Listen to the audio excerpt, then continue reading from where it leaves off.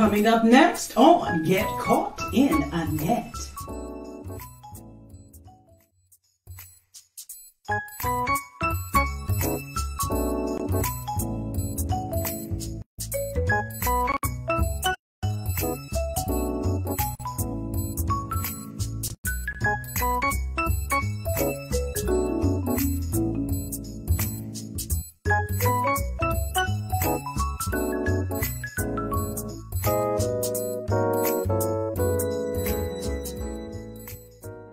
You are now tuned in to Mind, Body, and Soul with Anet, where your host, Anet Harris, analyze intriguing life questions and concerns, such as, do Christians suffer from mental illness?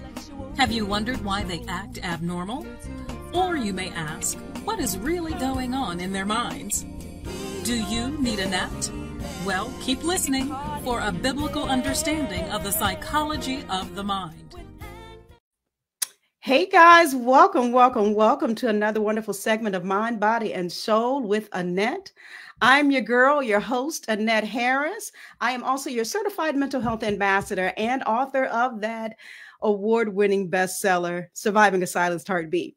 Listen, guys, I always tell you, if you see my face at 12 noon Central Standard Time on a Wednesday, it is time for you to come on in and get caught in a net. And I am so excited about today, Wednesday, August 21st, because as you've seen in my post, we are going to do a 2-for-1 on today. We are highlighting arts and books on today. And I have two wonderful women that I have met and have known for a period of time that we want to highlight what they're doing. I think someone said this is the time for women for us to stand up and do our thing and to be noticed. And so we're going to do a little highlighting on today. So I'm excited to bring in my first guest. But before I do, I always like to pray. Lord, we thank you for all things. We thank you for who you are, how you are. We thank you for what you've done, the doors you're opening, the ways that you're making. And we ask that you would get the glory out of this segment and everything we go to say and do. In Jesus' name we pray. And the first part of Hosea 4:6 states, my people are destroyed for lack of knowledge. Because thou hast rejected knowledge, I will also reject thee. And again, we're excited to be here on this afternoon. It's always good to bring you great quality programming and discuss what's going on in and around us. So I'm going to ask you to do me a huge favor. I'm going to ask you to share. Like, share, love, share, throw up the thumbs up if you would not mind for me. And you know what? You can tag individuals directly into this particular live feed. We are live on my Facebook page, Anet Get Caught in a Net. Also on Instagram, Get Caught in a Net, and on YouTube, Get Caught in a Net. So there are 3 different ways you can listen to us live. At the end of this segment, what we're going to do is to have this particular segment and the one later on to be uploaded to our Intellectual Radio's website. That is where Mind, Body, and Soul is housed, and that's where you can listen to us. Some are able to listen to us live. Some of you are working, I get it, and you have to come back a little bit later and listen to the broadcast. You have all the tools that you can do that with. So I encourage you to do so on today. So I'm going to bring in this lovely guest of mine, and I'm going to read a little bit of her bio once I bring her in. I have with us on today, Mary Porterfield. She is... oh my goodness. Let me tell you a little bit about this young lady. Mary, how are you doing today, first and foremost? I am very well, and I'm so incredibly happy to be here. So I'm great. Thank you. Good, good, good. I'm so happy you're here with us on today. We finally got it, Mary. We have been trying to get a date where we can have you to come on. You have a busy schedule, and you guys are going to understand and hear why on today, but we got her. We got her today. So let me read a little bit of her bio that she sent me. It says Mary Porterfield's work. Let me put my glasses back on, guys, because, you know, that helps me. Her work is influenced by her work as occupational therapist and her interaction with patients and their caregivers, including her mother's role as caregiver for her disabled father. In painting on semi-transparent papers, she progressively layers her images, and this is the work we're talking about, to address the reoccurring struggles in healthcare that are outwardly hidden. She has exhibited both nationally and internationally at venues including the Lim Lim Museum in South Korea, the Phoenix Art Museum, San Diego Art Institute, the Hyde Park Art Center, oh my goodness, the Scottsdale Museum of Contemporary Art, the Kohler Art Center, Dubuque Art Museum, Freeport Art Museum, FIG, I hope I'm pronouncing that right, Art Museum, Rockford Art Museum, Weatherspoon Art Museum, and the Ukrainian Institute of Modern Art. Her solo shows have included the Hofheimer Gallery in Chicago, Illinois, the Packer Schaff Gallery in Chicago, Illinois, Indiana University in Gary, Indiana, the Epiphany Art Center in Chicago, Illinois, the University of Illinois, Urbana, Illinois, and the West Valley Art Museum in Surprise, Arizona. Never heard of that city. Okay. Honors include 3 Illinois Artists Council grants, a City of Chicago Department of Cultural Affairs grant, a Puffin Foundation grant, and 3 Chicago Community Arts Assistant Program grants. Now, it says she teaches at Northeastern Illinois University, and she received an MFA. Is that correct? From Yes. Arizona State University. Yes. Okay, before I go further, what's an MFA? Master's in Fine Arts. Okay. All right. All right. So you know what? I am so excited to have her. Mary and I met, actually, it's been 2 years in October. When my book first came out, I had a booth at DuSable Museum for their drum book fair. And we were talking with different ones, showcasing my book. And Mary stopped by my booth. And I am so glad that she did. She's so easy to talk to. So I'm going to, let her talk on today. But she's so easy to talk to. And we just got to talking about our own personal journey and our own personal experience and how it related to art and how it related to my book. And so that's how we made our acquaintance. And that's why you have Mary here on today with us. So knowing that she is an artist, a wonderful artist, and you guys have to see her work, I wanted to highlight her on today. And so when we met, let's chat a little bit about that meetup. When you and I met, we talked a length of time, as I already stated, about your own personal journey with your parents and how that connected to the theme of my book. You want to kind of give us a little background or if you want to address how you and I met?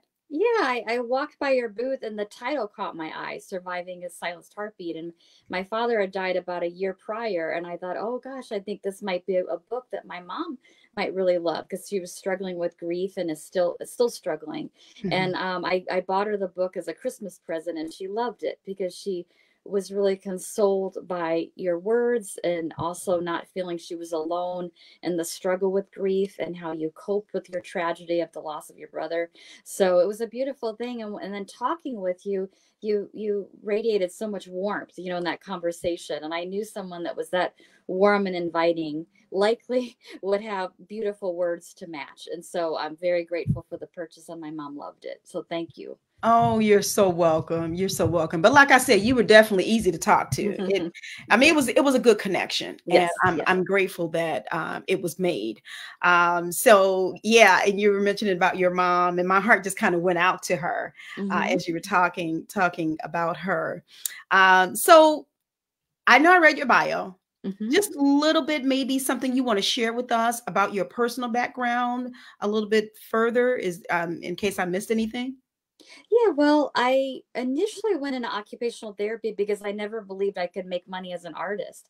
But I did, of course, want to help people. I think in occupational therapy, there are outlets for creativity. You have to help patients problem solve ways to be safe at home, and you have to come up with sometimes creative solutions so they're not at risk for falling and they can do their activities of daily living. So that's what drew me to the profession. And I was working full-time 5 years at St. Louis University Hospital. And I kept taking night classes at the community college because even though I didn't major in art, I loved it. And I happened to have a teacher who was a nurse by day, and she went on to teach at a community college at night.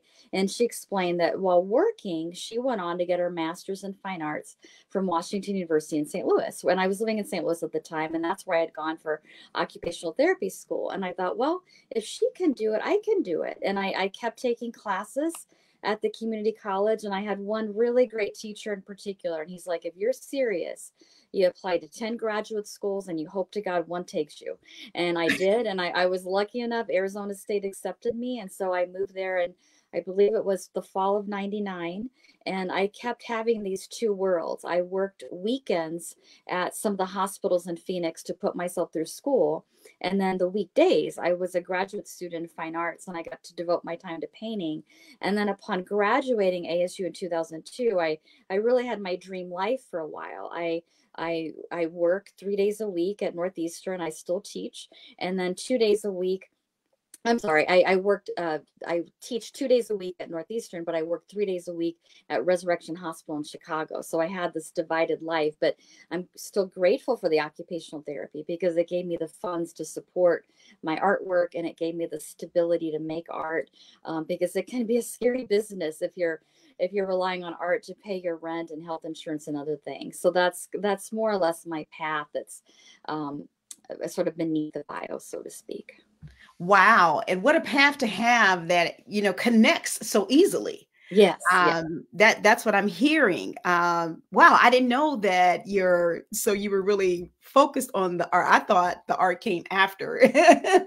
I always loved it. I just never realized I could make a living from it. And I had a lot of painting classes as an undergrad, but I just felt, my mom told me, and I think she was right, it would be a very difficult road if I decided to be an artist and relied on that to pay my bills. And so I went into occupational therapy, but I'm really also grateful because working in occupational therapy and working many times with elder individuals, I've grown to be really inspired by their situations. I've gotten to meet many caregivers.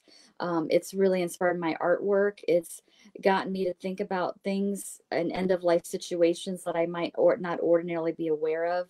And I've also worked with many individuals that have had dementia, which my father also struggled with. And it's sad also when you see patients, you might work with them and then they're readmitted a year or two later, and you can see the shift in their cognition, and you can see that they gradually become ghost of the person you remembered, as was my father's case. So initially my artwork was largely inspired by what I saw at the hospital, and then my father's life seemed to mirror a lot of the situations I saw at work in the hospital, where patients gradually became less and less of themselves and more dependent on other people for their activities of daily living. Wow. That's deep. And obviously your heart goes out to that. And then, like you said, you experienced it personally. Yes. With your dad. Wow. That's amazing. So you've already answered how you kind of got started in the arts, because that was your passion. And that's good, because sometimes that'll help us to, as we're going through life, trying to figure out what we're doing. We have to look at what ignites us. Yes. And like you said, that was your passion. You just, as far as the finance part of it, you were trying to make sure that would, suffice and be able to take care of you. So how can works of art be influenced by life in general? What would you say to that? I think the best works are, like, there's an artist named Kathy Kollwitz, and if memory serves me correctly, I believe her son died in World War I. Her grandson died in World War II. And she does the most heart-wrenching works of loss and a mother's loss. And I think anyone going through any type of grief, your experiences and my own, anyone, I think could look at these images and feel the love and the loss of love, but the love that continues. So I think the most powerful works are based in many times based on personal experiences. And one of my favorite quotes is that the more personal you make something, the more universal it becomes. It was told to me when I was a grad student by Deborah Hopkins. She was a curator at the Scottsdale Museum of Contemporary Art. And I was told that quote in 2002. And it's really carried my work onward all these years. That's really my mantra. And I look at so many great artists like Kara Walker, Trent Durrell Hancock. I could even say Van Gogh also. And these deeply personal works become so heartfelt because the artist was really painting or expressing their lived experience. And when you sense that honesty, I think it can really move someone, as in the book. So thank you for asking that. Yeah, for sure. Because, I definitely see a connection. I see a connection in how, I'm not an artist, like you are, or any of the names that you've already given, but I can just maybe kind of and imagine you can sit down and kind of just like, however you're doing your artistry, take your time. Maybe, it'll kind of ignite some things mentally for you. You can relate it back to certain things, but it almost seems like it's kind of I don't know. I'm sure you probably get a lot of comfort or, as you're creating your works of art, calmness, maybe. I don't know. I don't want to put words in your mouth, but it kind of seems like that's what it would bring out, for me. Would you agree with that? Yeah, I think as you're doing it, you get lost in the moment. So I think there's sort of an ebb and a flow where you're thinking of your topic you're expressing, and then you get lost in how to communicate it. And when you get lost, you're freed of the pain, so to speak. And then you're thinking again about what brought you to the topic, and it sort of comes and goes, the thoughts you have and how you approach it. But I do think art can be really a gift to help you get through difficult times. And I feel when I do my art too, I want to believe I'm giving support and I'm allowing caregivers to be seen, and many are unseen, and many are doing unpaid care for a loved one. I have some statistics here, but 15.7 million people care for someone with dementia. We don't see these 15.7 million people. A lot of that care is unpaid. A lot of care comes from family members. So when I'm doing my art, I think it's not just that I get lost in it, but I get pride in the sense that when the work is completed, I'm doing something that allows these individuals, it's represented by my mother, but I hope to represent the vast number of caregivers and allowing them to be seen. So that also drives me, and that also gives me a sense of hope and joy, I guess, from a hard experience when the work is done. Wow. That's amazing.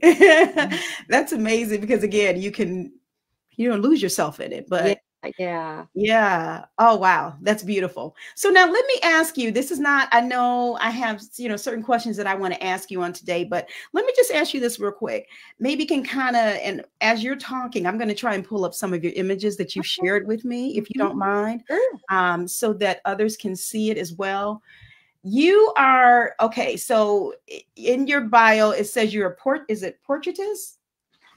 Yes, I do tend to focus on the figure quite a bit. That's shifted a little bit recently, but I've always loved the figure. And I have to say, part of that gets back to occupational therapy, because when you're trained to be an occupational therapist, it's 1 year of anatomy, and it's not just memorizing facts out of a book.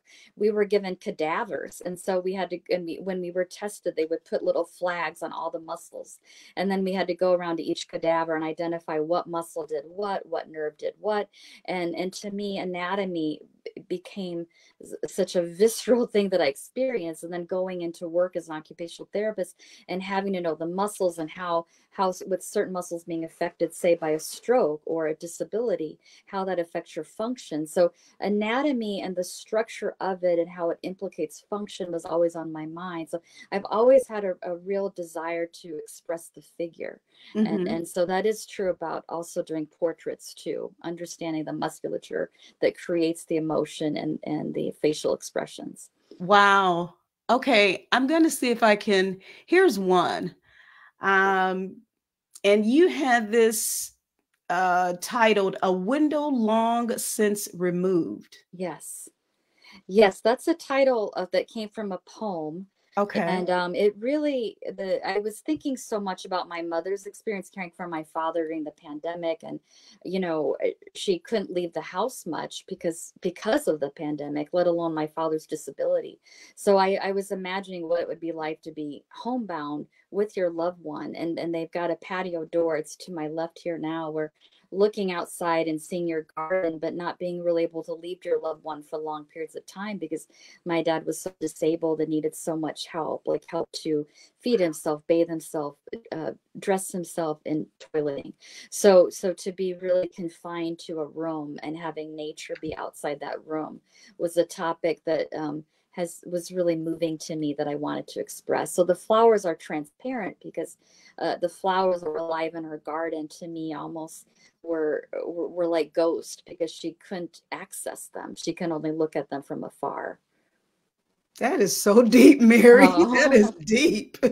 You know, one thing that helped me a lot, somewhere along the line, wasn't terribly long ago, it might have been 10 to 15 years ago, a curator said to me, let your medium support your artwork. And so I'm talking about the topics of dementia, you know, my father's loss from who he was, but my mother's loss also, because her identity became lost in caring for him. And both of their experiences not being able to access what they previously had access to because of my father's disability. So all of this is about loss and disappearance. So for me, working on these semi-transparent films was a way to represent that. The flowers are no longer have the opaque substance that they would have in painting them in an ordinary fashion. I'm trying to show their disappearance as I'm trying to show my mother's disappearance of her own identity and being consumed by the act of caregiving. So that's one thing. If there's any young artists watching, I would say, you know, think about how the medium and think about what you're choosing to communicate your thoughts with. That can add another element of power to your work.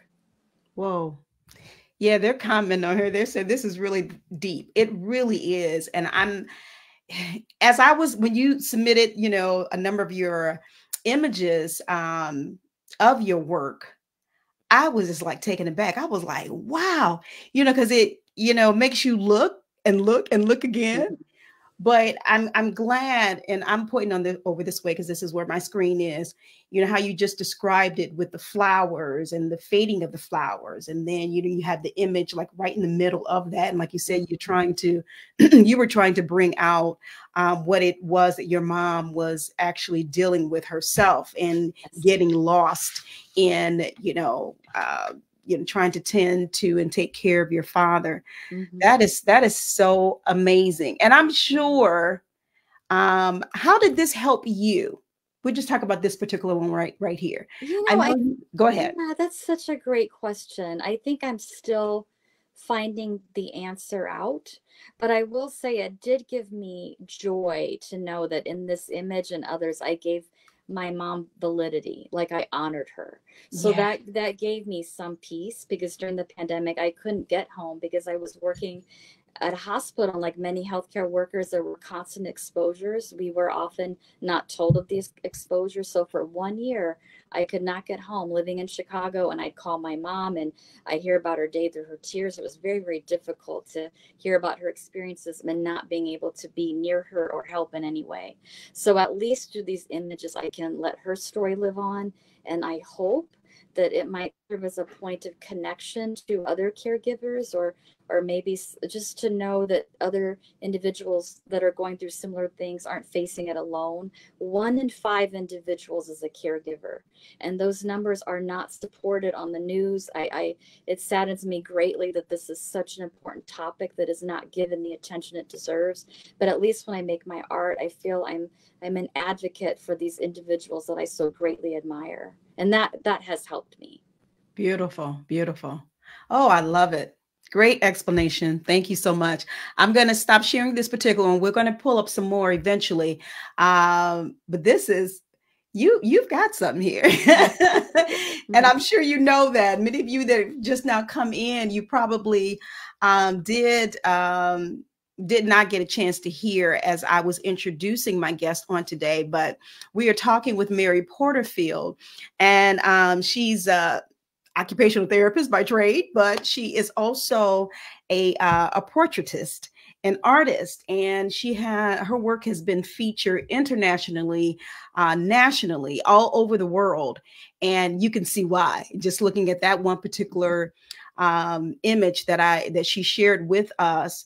It just lets you know that, we can take our skill and our abilities and our talents, and, create something out of it. And that's exactly what she did. And she had a reason for doing it, motivation. It helped her and also helped, her family as well. And then those who are viewing her work, I'm quite sure it helped them as well. So let me ask you this. So you wear a lot of hats, and we've already talked about family being very important to you, number one priority.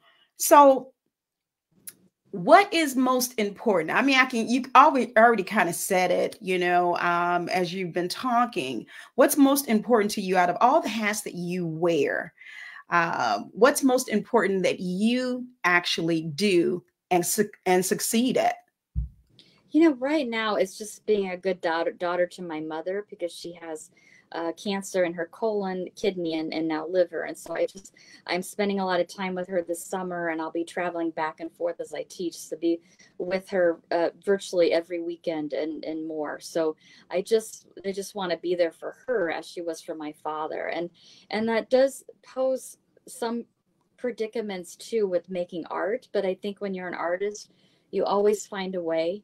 And so what I've done, my art has shifted since I've been home with my mother so much. So I can't make the big 17-foot long works I was making in Chicago, but I sit at the edge of her countertop and I work when I can. And that still has been good, because you find a way to match your situation when it's really burning within you. And even this summer, what I've done is I've been sculpting my father's handkerchiefs. And so I bought sculpting medium, and I've really been struck by the topic, by the whole idea that when a loved one passes, and I don't know if you may have done this with your brother, certain things you hold precious that you never want to throw away. Like I was talking to another artist at the Bemis Art Center, and her husband had passed, and she's like, when I see his tie clips or when I see his tweezers, like there's certain things that they may seem so insignificant to other people, but to you they're items that touched your loved one, and they become so meaningful upon their passing. So I've been thinking a lot about that, and maybe I don't have the wall space to make those works. Even on my mom's countertop, I'm finding a way to do works such as this, and I've sculpted 100 of them. And as I apply for other shows, there's a way with Velcro I can attach them to the wall, and hopefully I can have them displayed in a beautiful venue is my hoping. And I'm also thinking too about how my mom has still saved all of my dad's clothing. And I was talking to her about it. I'm like, would I have your permission to take certain clothes, not all of them, of course, but just a few, or his ties, and do something similar and paint, create by bits and pieces a giant collage on the wall, because these were things that touched him, that reminded her of him. And when someone's gone, these things that seem insignificant to others become elevated to you. They become precious and make that into an artwork. So my work has shifted since this change of being with my mom so much. But for any artist listening, I think you always find a way if it's within you. And along these lines, there's an artist named Chuck Close. And for those of you really into the painting world, he became paralyzed from the neck down. I believe it was from an aneurysm in his spinal cord. And he wasn't entirely paralyzed, but largely lost use of his legs and hands. And I heard him interviewed on NPR, and he's like, they were asking about his disability, and he's like, you just, more or less, you find a way to do it. And that's what I'm doing now. And it's been a good thing, because I think if I do too much of what I had done before, that can be monotonous. I don't want to keep doing the same thing. So this change just forced me into thinking of other ways to communicate loss and grief, and how to do that in a way that's deeper and hopefully even more honest than what I was doing previously. Right. Wow. I'm just over here smiling, Mary, because I'm just so impressed. I just love it. I just absolutely love it. Here's an individual that, really is serious about her work and relating it to what it is she's dealing with that, again, can help someone else. But thank you for answering that question. That was great. What I want to do is to maybe kind of go through some of these other images, if you want to maybe kind of describe them to us and what your thought pattern was as you were actually creating the artwork. Now, before I do that, what's like maybe kind of a time frame? How long does it take you to create? I'm sure it depends upon what you're creating, but kind of on a whole, what's like your maybe timeline that you do? Yeah, this is a very general statement, but the larger the work usually takes me more time. Like I believe there's one you're going to show that's 17 feet long, and there's another one that's probably like 100 inches high. I think those took around a year. And the figures I make are life size, because if I'm going to support the topic of caregiving, I want the caregivers to be seen. They are unseen in so many situations. They are going to be seen on the walls where I exhibit. So they're life size figures. And so painting each figure probably takes a few days. Maybe 3 or 4 days. And then I, as you can see, I compile many on top of each other. And the layering, as I was saying previously, is a way of showing their loss of identity, whether it's the loss of a caregiver because of the consumption of what she's doing, or the loss of a loved one who might be progressively lost because of dementia. So as the figures become more obscured, I hope to support my topic further. Okay. Oh, I love it. So, those of you that are watching and maybe you want to encourage someone else, I would encourage you to tag a caregiver. Mary said earlier she doesn't have the exact stats, but at least one, or they're not really shown, at least 1 in 5 are caregivers. And so Mary takes her work and she, focuses it toward those that are going through, because truth be told, and it is so accurate that caregivers are not, they're not looked at. They're not, taken care of. They're overlooked. They're doing so much, for the individual that they're taking care of, that no one else really kind of looks at it and helps them. So I think this is just absolutely wonderful that you take your abilities and you do it for them. So let's go here. Let me make sure that we can share this. Here is another one. And I'm trying to see. Okay, so you guys should be able to see this one. It says 5 years adrift. Is that accurate? Yes, my dad struggled from Parkinsonism, Alzheimer's, and several strokes, and they believe the Parkinsonism was due to Agent Orange exposure in Vietnam, but he suffered greatly, and it really was a 5-year-long journey that he progressively declined. And so I wanted to show that based on the layering of this image. And I displayed this in different ways. At the Epiphany Center for the Arts, the image was hung low on the wall, and then it was as if the weight of the wall was on my father's back, because I'm sure on some level he probably felt his disappearance. And then this image is from the Miller Art Museum in Sturgeon Bay, and the curator brought the work away from the wall by cutting off foam core. And I also like this way too, because you can see the echoes of transparency where she put foam core on the back. You see that whiteness behind the figures, and then where there isn't foam core, you see the transparency of the wall behind, and you see how the shadows create other echoes of his being. And I like this also because with the additional layers brought through the shadows and brought through how it's hung, you can also see his shift from the person my mom and I remembered from the person he was near the time of his passing. He became less and less of the person we remembered. Wow. This is so amazing. This is just amazing. Oh, thank you. Okay, let's go on to the next one. Oh my goodness. And you guys, we're going to let her tell us, of course, before we end, where you can find her find her artwork, and, see the places that it has been displayed. And I'm not sure, I'm sure, are there places where it's still being displayed? Not at this moment, Okay. but I will be in a show at the Garrett Museum of Art opening October 4th called Women Take the Walls. And then it's going to be at Alma Interiors, I believe, opening early November in Chicago. And I'll have 5 pieces there of windows that I've made along the lines of what I was discussing earlier, that in my parents' world, windows really became their only access to the outside world, because they couldn't leave because of his disability. They were so homebound. And so the windows I painted are opaque, and the flowers become decorative because they didn't have access to their actual garden. So those I'm going to have 4 windows displayed then at Alma Interiors, and those can be seen in Chicago.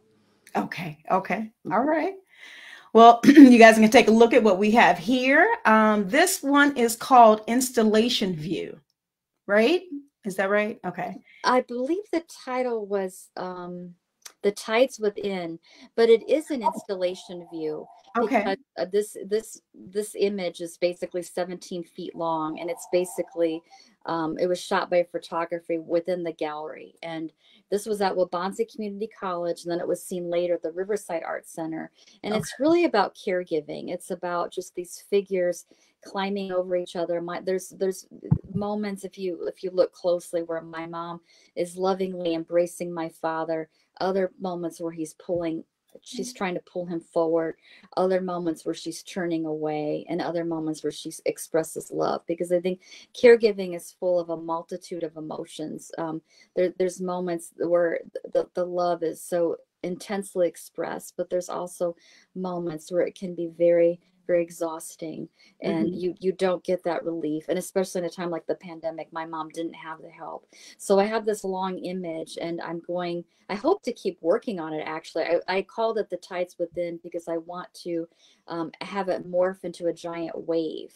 So you see the bottom part of the wave, but I'm going to add to it even further to create more of a crest. And as the wave merges into a crest, and you currently see the trough, the figures are going to become more abstracted, more fragmented, more intertwined. Because I believe as caregiving goes on, and as the person you're caring for becomes more and more dependent, your lives can become so entwined, and that loss of identity of the caregiver is intensified, and the dependence of the person being cared for is also intensified, to the point that they're literally merged. And I think the identity of both can be so hard to see. So I plan to continue working on this one, I hope, during the school year. And I work, the edge of my mom's countertop, and I'll be able to paint one figure at a time. And I end up taking it out to her garage and laying it out and trying to figure out the placement. But this will get done. My hope is, in the next few months, I'll have it finished.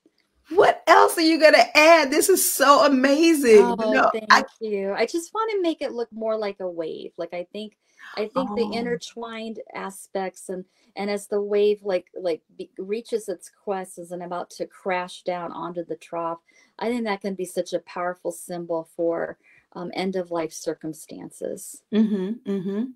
Okay. Wow. That is so amazing. Okay. Thank you. Let me see. I have another one here. Let me see if I can fit this on the screen.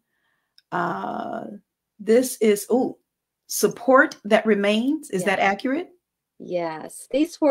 I bought used walkers from Amazon, and I spray painted them white, and I put them in this pile. And it gets back to, I think so much about everything that's left behind when a loved one passes. And when you're caring for someone with a disability, there's so much that remains. The walkers, the wheelchairs, the commodes, the tub benches, the sit to stand devices. I could go on and on and on. And these are the devices that remain when the loved one is no longer there. And so I wanted to just magnify that sense of this empty home, where you're surrounded by these devices, and you just have to rely on the soul of the individual being there with you because they're no longer present.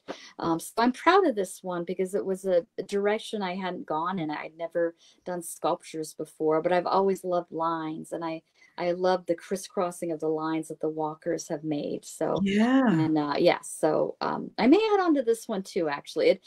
I think it's about 90, 100 inches high. I'd love to go even bigger, but maybe in the future. So. Wow. Yeah. When I first saw that, I was like, those are walkers and crutches. And Yep. You got it. You got it. Oh my goodness. Okay. This one is entitled Longing. Is that right? Yes. I was thinking, when this piece really took a lot of different directions. I initially hoped to have, I imagined ropes going from the mattress to the figure, and my mom's always connected to my father, who in my mind, this represented a hospital bed. So that's originally how I had it planned, but then it didn't work in the gallery because the rope didn't connect with those two different elements. So I decided to leave the rope out, and I lowered the figure so that by lowering her, she connected more closely with the mattress. And so the flowers represent my father in a deceased manner. And then I have an echoing of the flowers through the figure on the wall that's climbing forward, but yet the memories of my father always with her. Those were the thoughts I had. And this was also a new direction for me. I like the idea of installations because then the viewer can walk up and walk around the piece and really be more active with it versus just looking at it on a wall. So I'm excited by these new developments, and I'd love to work more in this fashion where the viewer's invited, to walk around and be a part of it. Yeah. Oh my goodness. Okay. All right, we're going to move on because you know what? I'm going to keep saying this is amazing because it is. It is. Give and Take. I believe that's the name of this one. Yes. Give and Take. I see the hands. I see the fingers in here. Yeah. When I did this one, I was actually thinking of a wedding bouquet and how seriously my mother took her vows. And then also thinking of my father near the end as he had dementia, where all he could do was take because the dementia affected his ability to express thanks or to give, and so and then you think, okay, my mother's in a situation where she's constantly giving, and this is near the end of his life, probably the last 6 months, and he's taking from what she's giving, but yet there's a real beauty to that. I mean, it's very difficult and it's hard, but not many people have the inner strength to do that. So that's why I added the flowers. To me, the flowers symbolize the beauty of unconditional love, the beauty of trying to give selflessly to someone else. And there's other issues that arise. You think about balance and you think about, is this always safe for the caregiver? But I did want to do a piece that really showed what I admire about caregiving. So before I move to the next one, how do you come up with these ideas?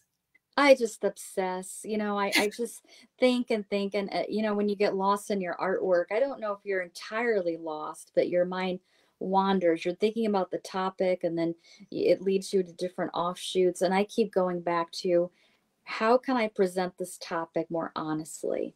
How can I present this topic in the most open-ended way possible? Because I don't want to isolate individuals from looking at my work. And I think that's also why maybe I've shifted a little bit away from the figure, like with the handkerchiefs and the walkers, because looking at those images, it by taking the figure out, anyone could relate to the work. And so I'm going a little bit more those directions, but I keep asking myself, how can you make this more relatable and more general so that it can be open to anyone's personal interpretation? But, I still think you have something here, though, because a lot of times people will be able to relate to you better when you share your own personal journey, as we've already talked. That's true. Yeah. And so when they see, because I'm just, me, myself, just looking at this, and I'm sure those who have seen your art, I don't think that they, because you were chronicling, if you will, or focusing on your parents and their love, their marriage, her caregiving and taking care of your father, that they couldn't relate. I'm sure that they can still relate. You know what I mean? Mm-hmm. I mean, and I get it. I'm not an artist. I'm not in your head. And I get you're probably trying to, make sure it's like more general than anything. But I mean, I still think you have something with this being more specific, and specializing in what you've dealt with, because somebody else, again, can look at it and say, you know what, this is helping me to get through because I can relate it back to me. Yeah. And I know everybody don't think like I do, but that's how I think. That's exactly how I think, because I'm like, okay, I'm always placing myself in, what I'm seeing here and kind of seeing how it can relate back to me. That's just me. But yeah, this is amazing. So do you like take maybe notes or something and say, okay, this is what I'm going to focus on next? Say, for instance, this one is called From This Day Forward, right? So do you like write down maybe titles or topics of what you want to create and then create from there? How does it come about? I think more generally of the topic, and then I used to take notes. I don't really anymore, but I think of the topic of how can I show that the weight is often on the woman, because most caregivers are women. How can I express that, and how can I also show the loss of identity that someone being cared for, caring experiences? And I keep asking these questions, and then as I keep obsessing on these questions, it leads to the idea of another work. And then in terms of what I'm going to work on, all these pieces have been in my living room. My living room was my art studio in Chicago. So I constantly look at them. So when I'd walk in my studio, just looking at it told me what I needed to do, because certain parts would just eat at me that if it wasn't balanced, or there's a trick in art where if you flip the work upside down or sideways, a good artwork should look good at any angle. So I would take photos of my work and I would flip it on its side, and I knew if it was off, that's what I should work on. So that would kind of be guiding what I wanted to do next. And sometimes what I worked on next was dependent on shows. If there's a deadline that I had to get this work in, or an exhibition I wanted to apply for, I worked on the works where I could achieve that goal. If it's something that took a year, that would be pushed aside, and I'd work on the more immediate exhibition opportunities with smaller pieces. So kind of a mix of a lot of things, but I don't generally take notes anymore. I just think about this general topic of caregiving and how can I support it? How can I just let caregivers be seen? Yeah. Yeah.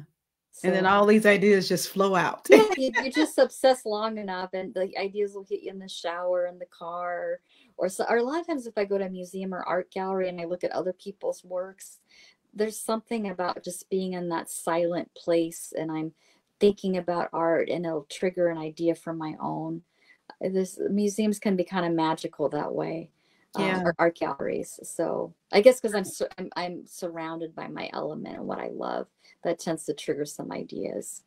Right. Beautiful. Okay, if you can describe this one to me, to us, From This Day Forward. I was just thinking about, especially during the pandemic and I couldn't get home, how my mother had to lift my father onto the commode. And as he declined, it got to be almost total weight. And my mom's 5 feet tall. I don't know how she did it. My dad's 5'8". I don't know how she lifted him, but it was just sheer love. And I just really wanted to express that, because the weight got heavier as time went on, as he was, he had several strokes shortly before he died, and he wasn't able to help, and it was truly on her, and getting him out of the bed in the morning, and those were the days you couldn't have caregivers, you couldn't have hired help because there wasn't a vaccine. So just to know how she lifted my father, I'm still in awe of it, and I just wanted to show her physical and emotional strength in this image. Wow. And you did just that. Oh, thank you. Did just that. I see her at the bottom, and this is just amazing. You guys are gonna need to make sure that you follow my friend here, Mary. There are so many more images that I could show you guys. And now you let me know if there was, before we end on today, if there was an image that you really wanted me to show, or you did, you want to focus on. Okay. But there's just so much here. And I'm just so equally impressed, again, how you have set your own needs aside to highlight this. Like you said, you wanted to make sure that you highlight caregivers and what they are or are not getting, and what they're focused on. I can only imagine, like you said, you couldn't figure out how your mom did what she did. Yeah. And yeah, we were in the throes of the pandemic when that happened. So I know one of my other questions that I had for you was, how was your work and your mission affected during the pandemic? And I think you kind of answered that for us. And I'm sure your heart was probably going out. You probably really, really wanted to be home to help your mom.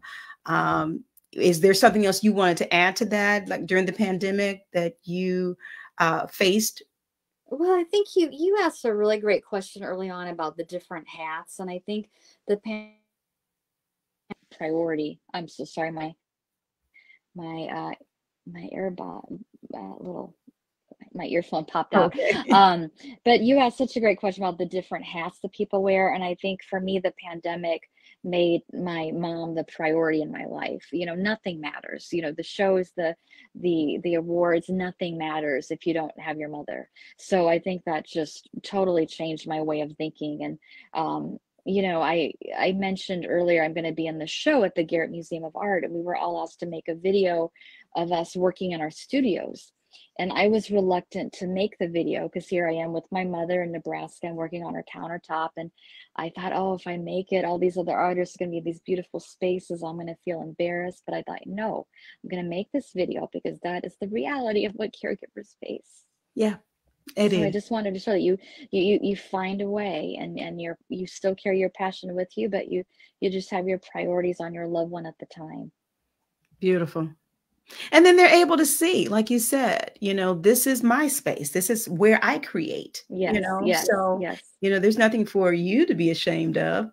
And others are probably thinking, some other artists are probably thinking the same thing. But if that's where you create, that's where you create. Yep. Exactly. So you do just that. Now, before we end on today, speaking of the where you're going to present next, or have your work in next, how did because I read off a list of museums and art centers and universities that your work has been displayed. How did it get started? Did you start with one and maybe others they found out about your work? Was it word of mouth? How were you able to get it into all of these places nationally and internationally? That's an excellent question. I wish some of my students would be here listening to this, but I would start off and you get in the arts, you get notices of juried shows that some are competitive, some aren't. And I would enter a lot of juried shows, and then I would go, I'd meet the juror, meet other artists, and then your network grows. And then sooner or later, it is a little bit word of mouth. For me, lately, it's mostly word of mouth. But previously, it was just getting into a group show, going and networking, and then the group show would lead to a connection. The connection might lead to a two-person show. That led to a connection. That lead to a solo show. And then in the arts too, there's a saying: you throw enough mud on the wall, something's going to stick. So you do a lot of things. You do the shows, but applying for grants in the past has been helpful, because even if you don't get the grant, you're exposing your work to valid jurors that now are aware of the work you do. Getting those proposals out, they see you. So it's been a long journey, probably more or less. I started in '94, but I hope that answered your question. That's how things led to where they are. It did. That's beautiful. '94. Wow. Yeah, '94. Man, Mary, that's a long time. I know, it's a long time. Behind me, like I have a lot of my stuff here now in Nebraska with my mom. You should see all the artworks that are propped in her family room. It's the same family room where she cared for my father. She slept on the sofa.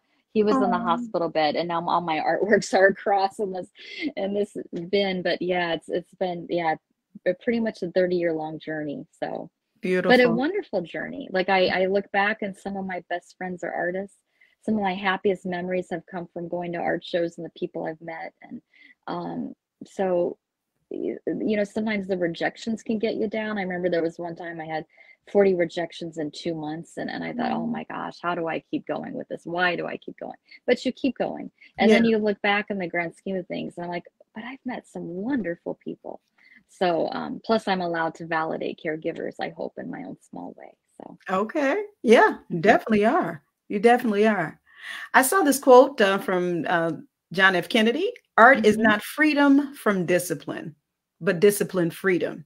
Do you agree with that, and why? I do. I think there's a part of art that is work. I mean, I made it sound pretty glorified when I talked about all the friends I had made, but you have to sit down and make the effort. You can't just sit around watching TV or having Netflix on. You've got to put the time in. So there is a discipline that's required. But I think as you get into it, you get lost, and that's the beauty of it, and that's the joy of it. So it's kind of an ebb and a flow between the two, for me anyway. Beautiful. Well, as we end on today, you have any encouraging word from my listeners on today? I know you mentioned you were hoping some of your students would be watching, whether it's them or someone else you can encourage on today before we end. I would just stay true to yourself. I mean, I'm not doing anything that's trendy.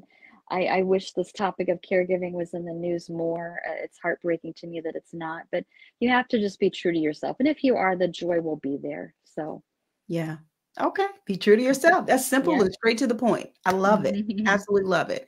And they can find you on Instagram. Is that right? Yes, I post more on Instagram. So it's mary.porterfield.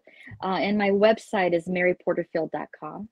And I post less frequently on Facebook. But if you're on Facebook, you can look back on some of the photos I've taken from shows and see some of my friends and other things. So.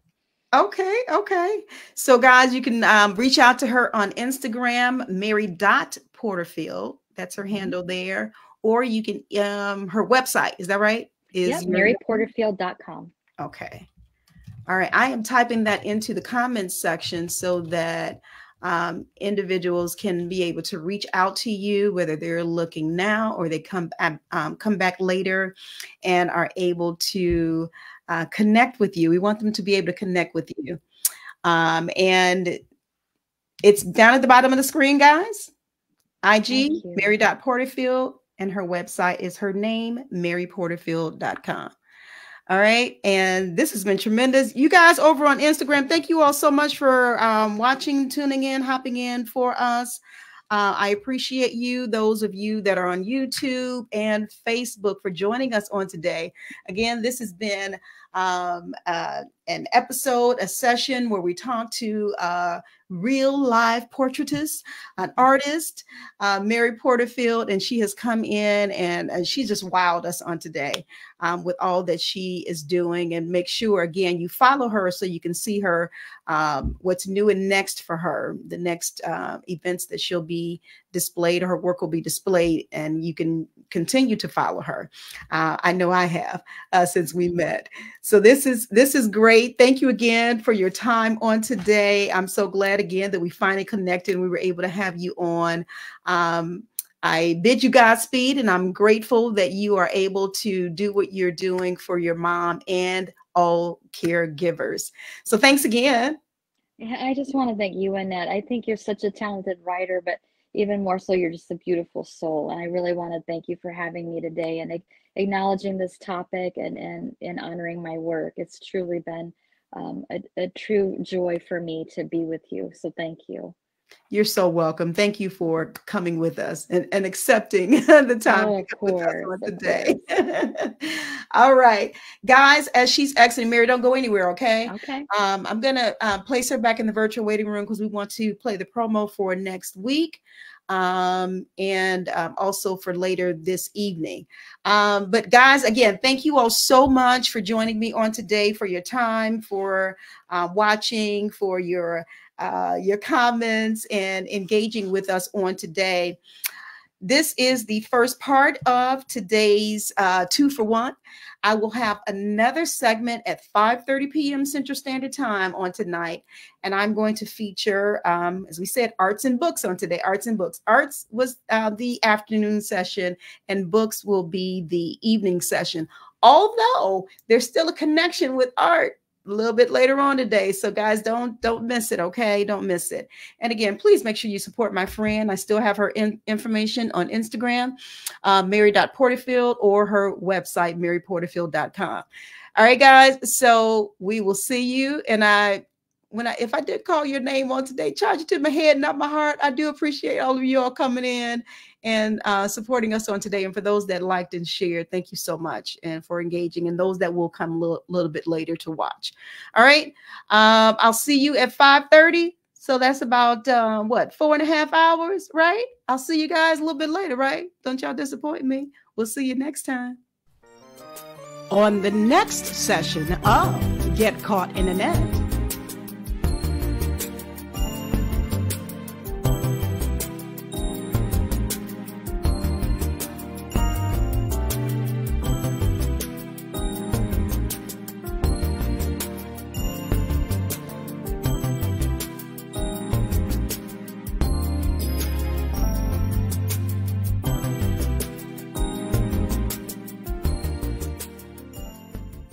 Get caught in a net.